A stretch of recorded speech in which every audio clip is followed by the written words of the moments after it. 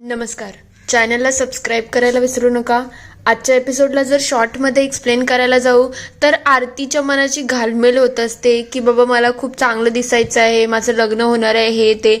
नंतर वल्लरी तिला थोडाफार का होईना समज देते की तुला काय निवडायचं आहे, बाहेरचं सौंदर्य की आतलं सौंदर्य, म्हणजे शिक्षण इन शॉर्ट. त्यानंतर त्या दोघींच्या गप्पा होतात. इकडे प्रेरणा, मिठू आणि ध्रुपद या सगळ्यांचं जे बोलणं होतं ते खूप इंटरेस्टिंग असणार आहे. बघूया आजच्या एपिसोडमध्ये डिटेलमध्ये काय काय घडलंय. नमस्कार.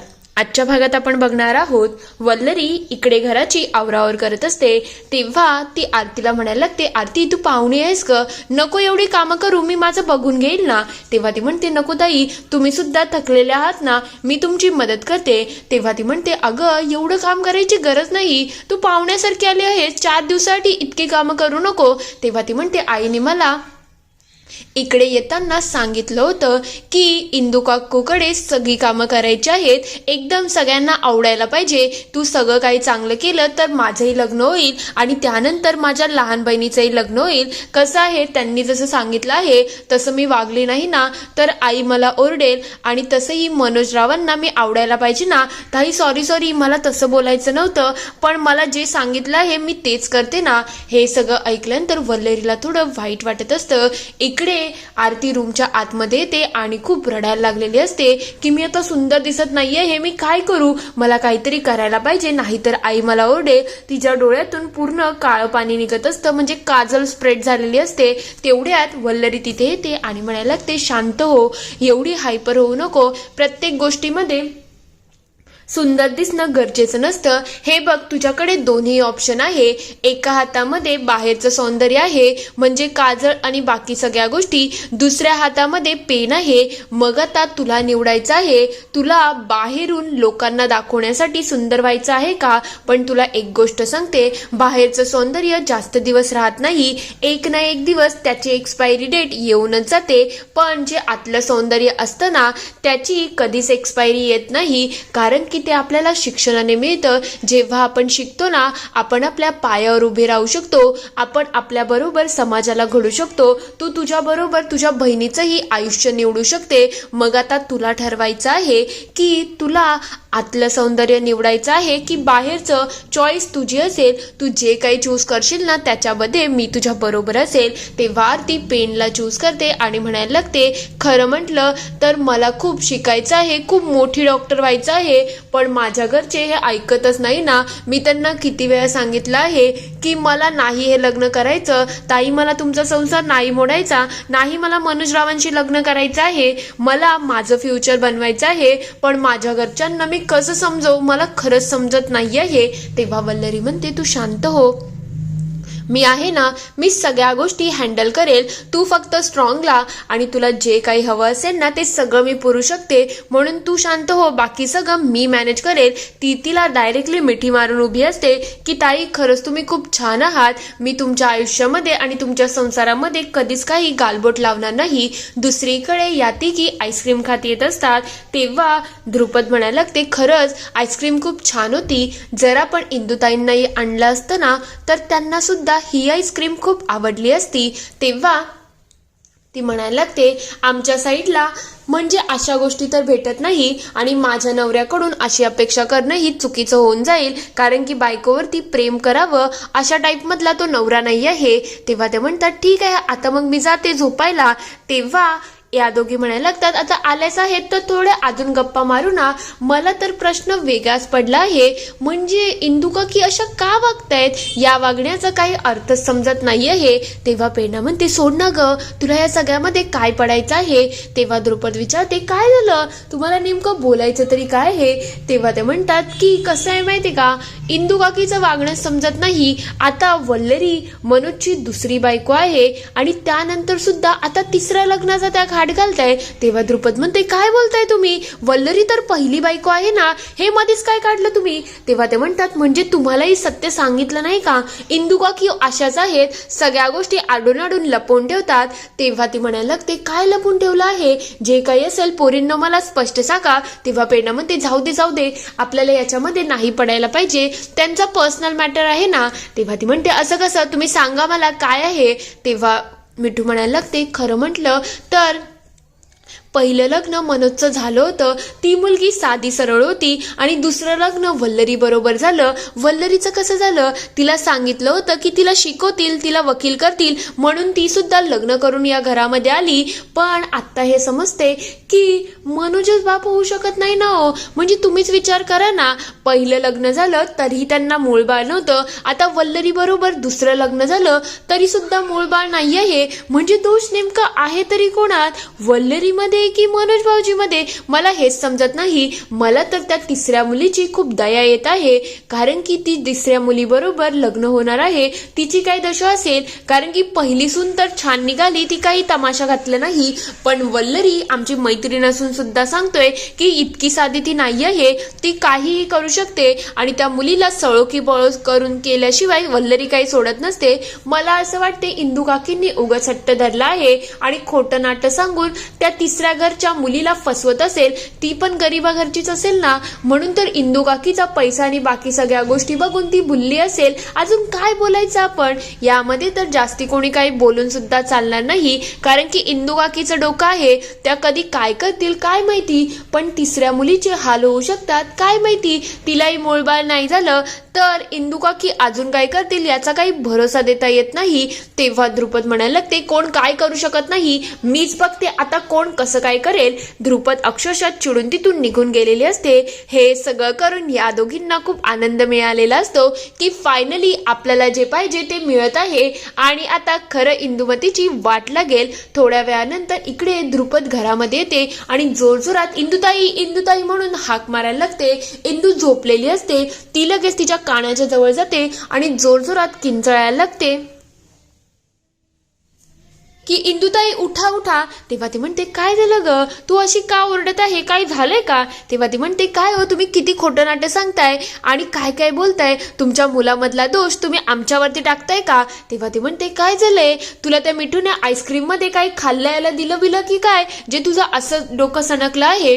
तेव्हा ती म्हणते, माझं नाही, माझं डोकं तर आत्ता थाऱ्यावरती आलं आहे, दोष तुमच्या मुलामध्ये आहे, म्हणून तर तुम्ही त्याचं तिसरं लग्न लावायला निघाले आहेत. तेव्हा इंदुमती म्हणते, काय बोलते तू, तुझ्या जिभेला हाडबीड आहे का? त्या ज्या मुली आहेत ना त्या खोटाड्या आहेत, त्यांच्यावरती विश्वास ठेवू नको. आणि वल्लरीच माझी पहिली सून आहे, अवघाच वाटेल ते बोलू नका. तेवढ्यात तिथे वल्लरी सुद्धा आलेली असते.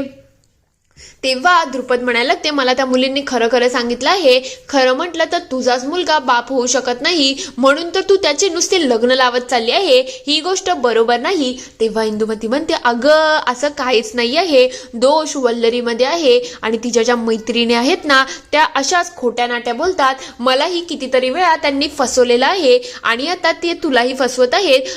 तू मला ओळखत नाही का ग, इतकी वर्ष झाली आपली मैत्री आहे तरी सुद्धा त्या मुलींवरती तू विश्वास ठेवते, माझ्यावरती नाही. म्हणजे तू कशी बाई आहेस, तुला तरी कळतंय का, तू उगाच मला दोष लावते ना. तेव्हा ते म्हणते, सॉरी इंदुताई, मला असं वाटलं त्या मुली खरं आणि खोटं बोलत असतील, म्हणून तर मी तुमच्याकडून जाब विचारला. जर असंच असेल ना तर आपण लवकरात लवकर आरती आणि मनोजरावांचं लग्न उरकून टाकू. तेव्हा आरती म्हणायला लागते, नाही आई, मला हे लग्न नाही करायचं आहे, मला हे लग्न मान्यच नाही आहे. तेव्हा द्रुपद म्हणते, काय चाललंय तुझं, इथे येऊन वाटेल ते बोलायला लागू नको, मी सांगितलं आहे ना तुझं आणि मनोजचं लग्न होणारच आहे. तेवढ्यात इंदुमती म्हणायला लागते, बघ बघ, तू या मुलीला भडकवते आणि तुझ्या मैत्रिणी तुझ्या नवऱ्याबरोबर वाटेल ते बोलायला लागले आहे. तेव्हा वल्लरी म्हणते, शांत राहा सासूबाई, मी माझ्या मैत्रिणींबद्दल एकही शब्द ऐकून घेणार नाही. तुमच्या दोघींचं चाललं तरी काय आहे हो, तुम्ही दोघांनी लाच सोडून टाकली आहे, म्हणून तर यांचं लग्न लावायला निघाले आहेत. तुम्ही तुमच्या सगळ्या वाईट गोष्टी आहेत ना त्या माझ्यावरती टाकू नका आणि माझ्या मैत्रिणींनी जे काही केलं आहे ना ते फक्त आणि फक्त माझं लग्न वाचवण्यासाठी केलं आहे, जे तुम्ही तोडायला निघाले आहेत. तेव्हा इंदुमती म्हणते, मग काय तुझ्या नवऱ्यावरती आरोप लागतील का, तुला काहीतरी समजते का, ती मुलगी आपल्या घराला वंश देऊ शकते, तू तर वांज निघाली, तुझ्यामुळे या घराचा कधीच भलं होऊ शकत नाही आहे, म्हणून आता बस झालं, आता मला तुझं काही ऐकायचं नाही आहे. मी तुला स्पष्टपणे सांगते, मनोज आणि आरतीचं लग्न लागत नाही ना तोपर्यंत मी काही शांत बसणार नाही. मला माझ्या भांबरे घराण्याला वंश हवा आहे आणि काही झालं तरी तो मिळून राहील. तेव्हा वल्लरी म्हणते, शांत राहा, तुमच्या भांबरे घराण्याला वंश मिळू शकत नाही आहे, कारण की तुम्हाला माहिती आहे का, हे सत्य मला कोणासमोर आणायचं नव्हतं.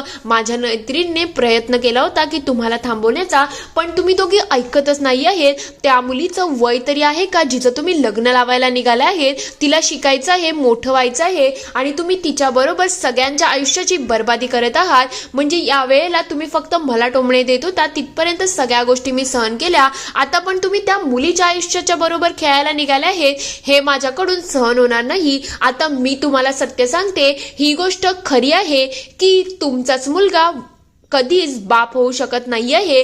तुमच्याचमुळे आणि हे सगळं झालं आहे. तेवढ्यात तिथे मनोज सुद्धा आलेले असतो आणि वल्लरीचं सगळं बोलणं तो सुद्धा ऐकतो. तेव्हा वल्लरी म्हणते, हे सगळं कोणामुळे झालंय माहितीये का? ह्या सगळ्याचा परिणाम तुमचाच आहे, कारण की त्या पुष्पाला तुम्हीच घरात आणलं होतं ना. तिने कितीतरी वेळ यांना काही ना काही भलती-सलती औषधं दिली होती. त्याचा परिणाम यांच्या शरीरावरती झाला आहे आणि त्याचमुळे हे कधीच बाप होऊ शकत नाही आहे. मी आई होऊ शकते याचे माझ्याकडे रिपोर्ट सुद्धा आहेत आणि मी खरं बोलते सासूबाई, तुमचाच मुलगा कधीच बाप होऊ शकत नाही, म्हणून तुमच्या भांबरे घराण्याला कधीच वारस मिळू शकत नाही, हे कायम आठवण ठेवा. हे ऐकल्यानंतर इंदुमतीच्या पायाखालची जमीनच हलून जाते की हे सगळं काय आहे आणि अचानक हे सगळं कसं येते. तेवढ्यात तिथे मनोजही म्हणायला लागतो, वल्लरी हे सगळं खरं आहे का? वल्लरीच्या तोंडातून शब्दच निघत नसतात की मी काय सांगू आणि कसं सांगू. मनोज अक्षरशः भावूक झालेला असतो. तर थोड्या वेळानंतर मनोज इकडे डॉक्टरांना कॉल करतो. तेव्हा डॉक्टर सांगायला लागतात, हो वल्लरी जे सांगते ते बरोबर आहे. खरं म्हटलं तर मनोज, तुम्हाला जे मधी खूप महिने औषधं चालू होती ना, त्याच्याचमुळे तुमची फर्टिलिटीमध्ये इश्यू आलेला आहे आणि त्याचमुळे खूप कमी चान्सेस आहे की तुम्ही वडील होऊ शकता. म्हणून वल्लरीचा याच्यामध्ये काहीच दोष नाही आहे. तेव्हा वल्लरी म्हणायला लागते, अहो तुम्ही शांत व्हा, आता एवढा विचार करू नका. तेव्हा मनोज म्हणतो, तू माझ्याशी खोटं का बोलली? आई तुला किती टोमणे देत होती, तू पहिल्यापासून का सांगितलं नाही? आईची एवढे टोमणे ऐकायची बिलकुल गरज नव्हती. तेव्हा ती म्हणते, अहो तुम्हालाही त्रास झाला ना जेव्हा तुम्हाला समजलं की तुम्ही बाप होऊ शकत नाही आहे. ज्या माणसाचं स्वप्न होतं बाप होण्याचं, ज्याला खरं स्वतःचं आयुष्य एक मुलाभोवती आपल्या सुखी संसारावरती घालवायचं होतं, त्या माणसाच्या बाबतीत एवढं सगळं मोठं होऊन सुद्धा मी त्याच्या पाठीशी उभी राहणार नाही असं कसं चालेलो? तेव्हा तो म्हणतो, पण तुझ्या बाबतीत काय वल्लरी, जर तू हे सगळं पहिलेच सांगितलं असतं ना तर आईने एवढं सगळं केलं नसतं. आई माझं दुसरं लग्न लावायला निघाली होती. ही किती मोठी गोष्ट आहे तुला समजते का? तू सगळ्या गोष्टी स्वतःवरती का ओढून घेतल्या? तू आईचे टोमणे ऐकत होती, ती तुला सतत वाज हे सगळं म्हणत होती, याचा तुला त्रास नव्हता होत का? तेव्हा ती म्हणते, हो मला त्रास तर होत होता, पण माझ्यासाठी तुमच्या गोष्टी लपवणंही गरजेचे होते, कारण की मला या सगळ्या गोष्टी बाहेर काढायच्याच नव्हत्या. खरं म्हटलं तर मी आयुष्यभर हा त्रास सहन करायला तयार होती, पण आता सासूबाईंनी जे काही केलं ना त्याच्यामुळे मला या गोष्टी बोलायला लागल्या, कारण की त्यामुळे आरतीचंही आयुष्य बर्बाद झालं असतं. सॉरी हो, माझ्याकडून चूक झाली. तेव्हा तो म्हणतो, आता जे झालं ते झालं, पण वल्लरी एवढं मोठं खोटं तुला बोलायला नव्हतं पाहिजे. आता मी काय शांत बसणार नाही. आता बघ मी काय करते. इथे हा एपिसोड संपतो. पुढील भागात आपण बघणार आहोत. इकडे इंदुमती म्हणत असते, हे बघ मी तुला खरं खरं सांगते, हे फक्त वल्लरी बोलत आहे हे लग्न तोडण्यासाठी. तिला तुझ्या मुलीचं आणि मनोजचं लग्न लावून द्यायचं नाही आहे. पण असं तू कधी ऐकलं आहे का? बाप्या माणसामध्ये दोष असतो मुलं न होण्याचा. तेव्हा द्रुपद सगळ्या गोष्टीचा विचार करायला लागते.